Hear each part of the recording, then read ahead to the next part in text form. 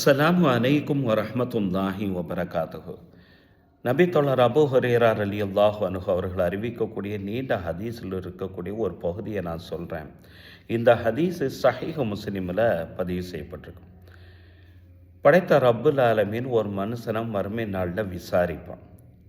அந்த மனுஷன்கிட்ட கேட்பான், உனக்கு இந்த உலகத்தில் இருக்கக்கூடிய அந்த காலகட்டங்களில் அதிகாரங்களை நான் தந்தேன், பொருளாதார வசதிகளை தந்தேன், உனக்கு திருமணம் முடிக்கக்கூடிய பாக்கியத்தை நான் தந்தேன், குழந்தை செல்வங்களை நான் தந்தேன், அதுபோக உன்னோட இருக்கக்கூடிய உறவுகளை நான் தந்தேன், உனக்கு கட்டுப்படுத்தி நடக்கக்கூடிய ஒட்டகங்களையும் கால்நடைகளையும் உனக்கு கட்டுப்படுத்தி நடக்கக்கூடிய அளவுக்கு உண்டான அந்த சூழ்நிலைகளை நான் உருவாக்கினேன்.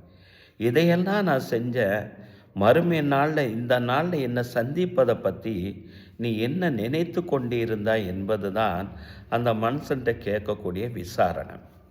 அந்த மனிதன் சொல்லுவான், இறைவா, நான் நம்பிக்கை கொண்டேன், உன்னுடைய வேதத்தை நான் நம்பிக்கை கொண்டேன், உன்னுடைய தூதரை நான் நம்பிக்கை கொண்டேன்.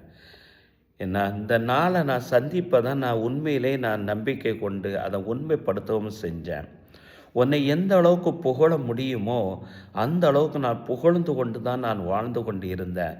இவைகள் அனைத்தும் உனக்காகவே நான் செய்தேன் என சொல்லக்கூடிய நேரத்தில் நீ உண்மைதான் சொல்லுகிறாயா என்று இறைவன் அந்த இடத்துல அந்த மனுஷன்கிட்ட கேட்பான். ஆம் என்று சொல்லுவான்.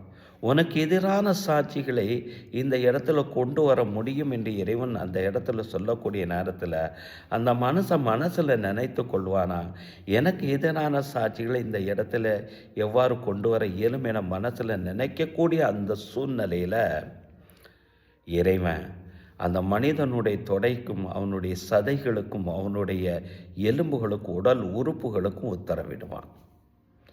அவன் முன்னாலே அவனுக்கு எதிரான சாட்சிகளாக அவனுடைய உடம்பில் இருக்கக்கூடிய சதைகளும் எலும்புகளும் தொடைகளும் உடல் உறுப்புகளும் சாட்சி சொல்லக்கூடிய அந்த சூழ்நிலையை வெளிரிக்கொண்டு பார்த்து கொண்டு இருக்கக்கூடிய அந்த மனிதனை பார்த்து, நீ இவைகள் அனைத்தையுமே நீ செய்தாய், இந்த வணக்க வழிபாடுகளை நீ செய்தாய், ஆனால் எனக்காக வேண்டி நீ செய்யலை, பிறருக்கு காட்ட வேண்டும் என்பதற்காக வேண்டி தான் நீ செய்தாய்.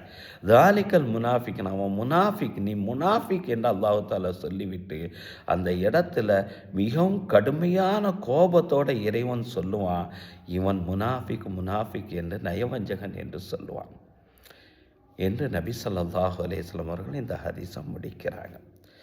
ஆக நம்ம செய்யக்கூடிய எந்த ஒரு செயலாக இருந்தாலும் சரி, நம்மளை போன்ற பிறருக்கு மனிதனுக்கு காட்டுவதற்கு அல்லாமல் எல்லாவற்றிலும் சக்தி மிகுந்த இறைவனுக்காக வேண்டி செய்வோம்.